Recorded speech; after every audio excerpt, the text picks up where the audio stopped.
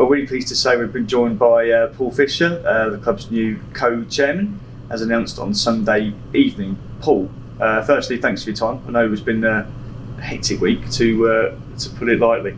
I'm sure the fans would like to know, first and foremost, kind of what's happened over the last few weeks and the last couple of months. What's happened from your perspective and how the current setup was arranged with Paul, yeah. Well, good morning, everyone, or good afternoon, or whatever time you're watching this. Yeah, it's great to be here. As you can see, I'm sort of sitting in Paul's office, or the chairman's office, as it is really. Yeah, a bit of history really. Paul rang me. Paul and I go back a long way anyway from my previous time here at the club, and we've stayed in touch for a number of years, and I've always helped the club as much as I can. Paul rang me back in June and said, he said, Fish, I could do with a chat, and I need a bit of help. And I had a long meeting with Paul at his house, and it was pretty clear.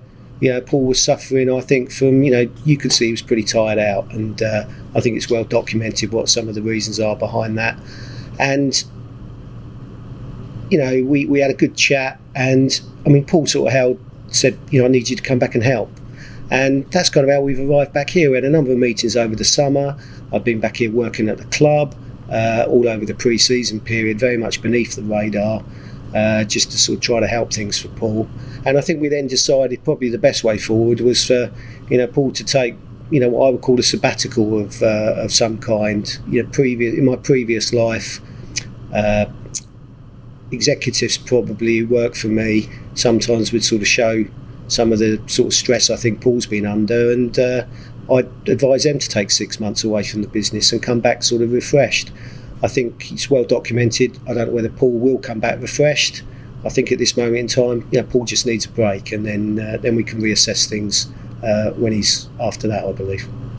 Of course, he hasn't left in inverted commas. He's still going and still the co-chairman, but of course you've been entrusted with running things on a day-to-day basis. What was the motivation for you to come back to the club, aside from the fact that you know Paul very well? Well, clearly, when a friend, when you see a friend who's struggling a bit, which Paul is a friend, and Paul was struggling, that was number one motivation for me. I always try to help my friends. Second motivation is, I'm a lifelong fan of the Gills. I was literally born about half a mile, right down near the river here in Gillingham. I'm born and bred in this area. I played for the youth side when I was younger, so it's in my blood. And even though I've sort of moved away to suburban Surrey these days, I was a season ticket holder till a couple of years ago. And I've still got a lot of friends and family in this area. I believe in the club. I've always believed in this football club. I've always felt, my previous time here when we got to the Championship, I felt we were on the cusp of great things there, but sort of certain circumstances went against us.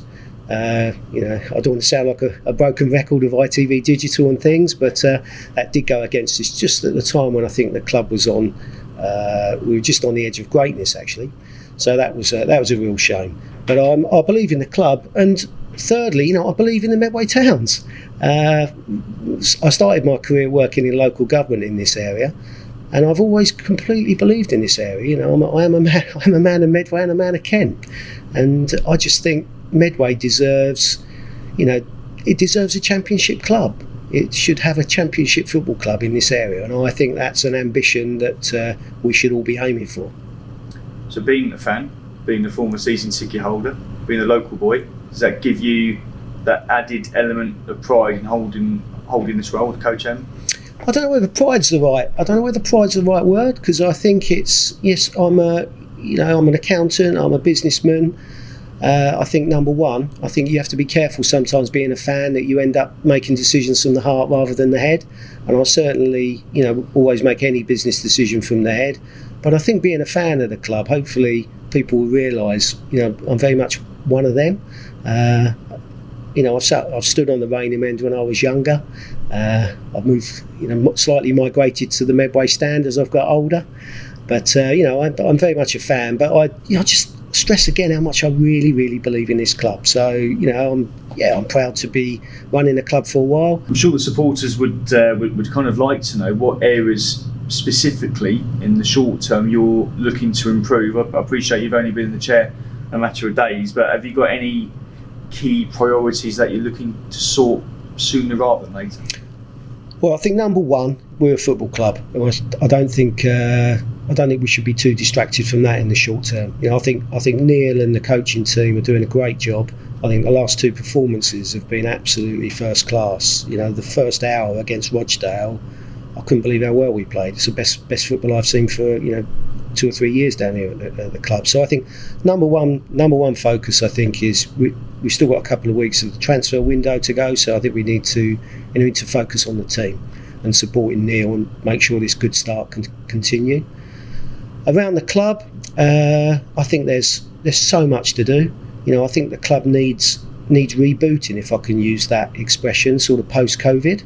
I think it's been difficult. It was difficult for Paul. I think it was difficult for the staff, that whole kind of couple of years of COVID.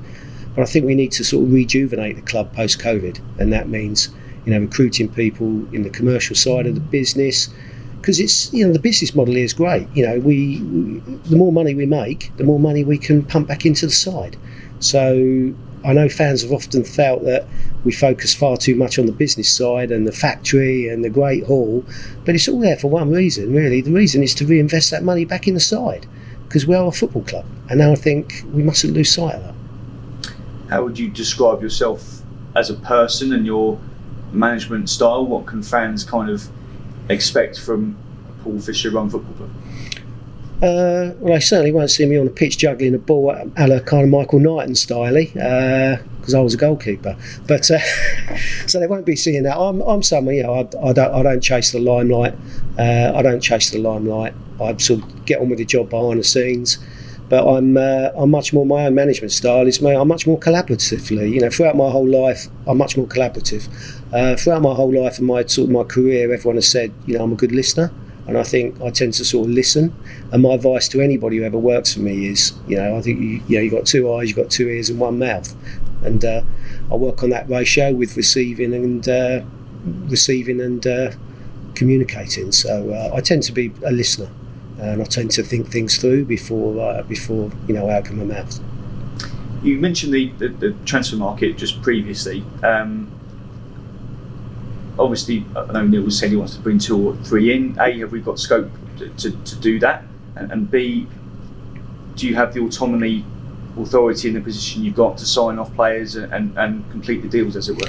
Yeah, absolutely. I mean, in terms of a budget, Neil's got a budget, and if we needed to move away from that budget to get the right person, I think that's the club's in reasonable shape. It's in reasonable shape financially.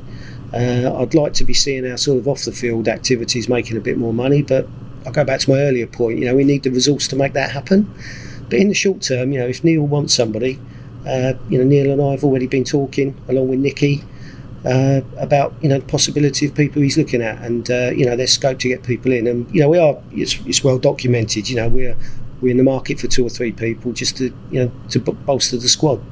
So you do have that authority, as it were, to sign off deals and make sure everything happens as a co-chairman would normally. Yeah, absolutely. I mean, look, Paul's in the loop. Paul Scally's in the loop on stuff. Paul and I, are communicating regularly. He's away. He's gone away on holiday at the moment, but we're all operating together on all of these things. I know you can't guarantee overnight success. You used the word, I think it was maybe perhaps resetting the business model post-COVID, but I suppose from your perspective, these things are going to be gradual. It's going to take time, but we're going to work hard to get there. Yeah. I mean, look, there's so much to do here at Gillingham to exploit the potential of the club, both on and off the pitch. Things, Rome wasn't built in a day, I think is a cliche. So, we need to just do it bit by bit. We've got some great people here. We're in the market to recruit, some new players to bolster the squad. We're in the market to recruit new people off the pitch. So we need to do it step by step. We can't break the bank on any side of things before we're generating the revenue to pay for it. So we've got that sort of balance between investing in things to generate the revenue, and that's the balance really. So it's going to take time just to keep those kind of scales sort of going forward at that scale. Just a couple more. You mentioned you've been in local government prior. Just give us the lowdown on your experience? Because a lot of people may remember you were here before, as you earlier adhered to, but since then you were involved in the jockey club. Can you through that? Yeah, shall I just, sounds like an interview actually, for a job. But no, I started my career at Rochester Council, and I was that's when I first met Paul, actually, when he first took the club over, and I was very much involved in the creation of Medway Council. That was my big project, really, which I was really proud of. And I do look at social media a bit, and I was quite amused, actually. Somebody on there the other night said, because of my experience, are we going to change the name of Gillingham to Medway? And that absolutely made me chuckle. I thought, well, that's somebody who may remember me from sort of 25 years ago, but that's definitely not the case. I then sort of moved on I then met Paul and worked at the club during those sort of halcyon years of, the late 90s and the early 2000s. We had a great side, Tony Pulis, Peter Taylor, Hesse and Steve Butler, all those. I'd argue it was probably the best time in this club, and what a role we were on then, and it made everybody's job off the pitch a lot easier when we were, Carlos Saba and Robert and people were, Sir Robert as I still call him, was banging in those goals on the pitch for us. I then moved on into the racing world, and I ended up I was in charge of 15 of the biggest race courses up and down the country. I was chief executive of that organisation. It's a massive company. I redeveloped Cheltenham. I was in charge of the Grand National, the Derby, the Cheltenham Festival. We had money to spend. We invested it wisely, and I had over 500 full-time staff working for me, and it was a great industry. It was a great industry to work in. I moved on from there just before COVID, and I'm back here now. Life goes full circle. I'm back here at the Gills, really, and really, really looking forward to it. I've got other business interests as well. I think it's important people know that. So I'm working on those at the same time, but it's all eminently doable.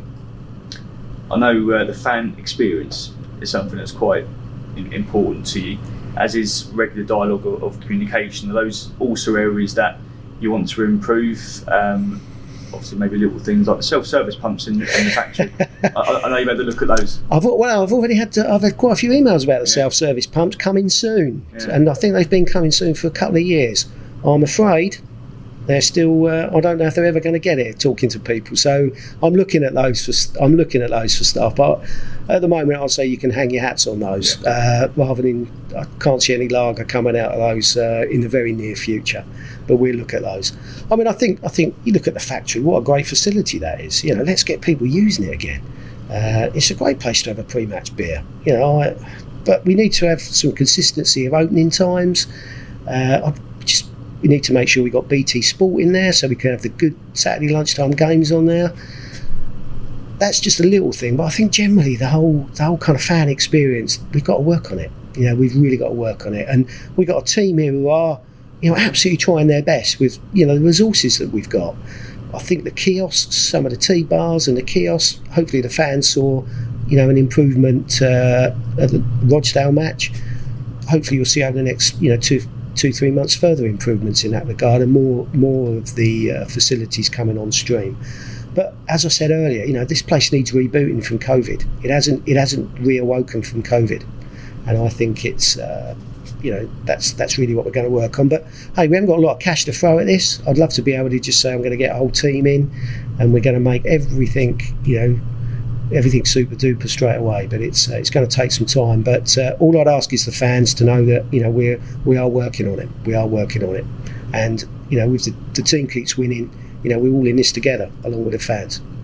Just finally, I know you'll do your best to, as we all will, to communicate with supporters as much as we can. I know you've spoken to a few already via social media, but suffice to say, we'll do our best to keep people updated as and when we can. Yeah, look, I'm a really open person. I welcome people, asking me a few questions, be it on, Twitter. I think I've answered a few questions on Twitter already. I'm not saying I'm going to be doing that all the time, but I might occasionally. I do have a look at it. I think I had 4 followers, before I got involved at the Gills. The last count, I think that was 9. I've got 972. I'm not sure I totally understand it all, but I think in the spirit of openness, I will be honest with people and sort of say where we're at with stuff as much as we can be, as much as I can be. But if people see me around, do have a word with me, have a chat to me. I'm a really open person, and but certainly, the minute it gets abusive, I will close up shop, and we won't have such a sort of spirit of openness with people. But I'd like to set off on the right footing with the fans. Lovely. Paul, thanks for your time, and let's go to work. That's the plan. Thank you.